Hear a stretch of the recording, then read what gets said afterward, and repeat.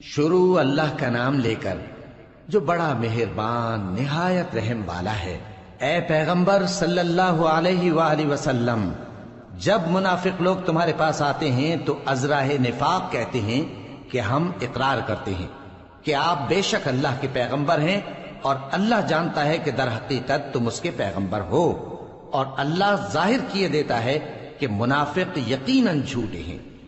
انہوں نے اپنی قسموں کو ڈھال بنا رکھا ہے اور ان کے ذریعے سے لوگوں کو اللہ کی راہ سے روک رہے ہیں۔ کچھ شک نہیں کہ جو کام یہ کرتے ہیں برے ہیں،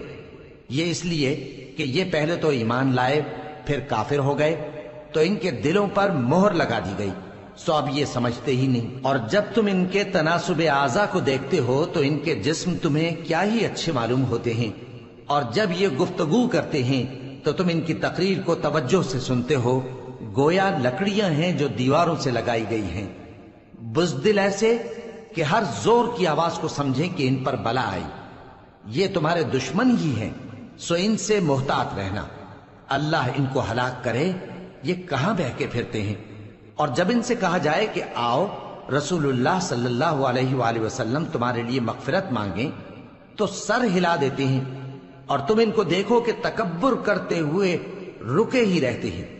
تم ان کے لیے مغفرت مانگو یا نہ مانگو، ان کے آگے برابر ہے، اللہ ان کو ہرگز نہ بخشے گا، بے شک اللہ نافرمان لوگوں کو ہدایت نہیں دیا کرتا۔ یہی ہیں جو کہتے ہیں کہ جو لوگ رسول اللہ صلی اللہ علیہ وآلہ وسلم کے پاس ہیں ان پر کچھ خرچ نہ کرو یہاں تک کہ وہ خود بخود بھاگ جائیں، حالانکہ آسمانوں اور زمین کے خزانے اللہ ہی کے ہیں، لیکن منافق نہیں سمجھتے۔ کہتے ہیں کہ اگر ہم لوٹ کر مدینے پہنچے تو عزت والے ذلیل لوگوں کو وہاں سے نکال باہر کریں گے، حالانکہ عزت اللہ کی ہے اور اس کے رسول صلی اللہ علیہ وآلہ وسلم کی اور مومنوں کی، لیکن منافق نہیں جانتے۔ مومنوں، تمہارا مال اور اولاد تم کو اللہ کی یاد سے غافل نہ کر دے، اور جو ایسا کرے گا تو وہ لوگ خسارہ پانے والے ہیں۔ اور جو مال ہم نے تم کو دیا ہے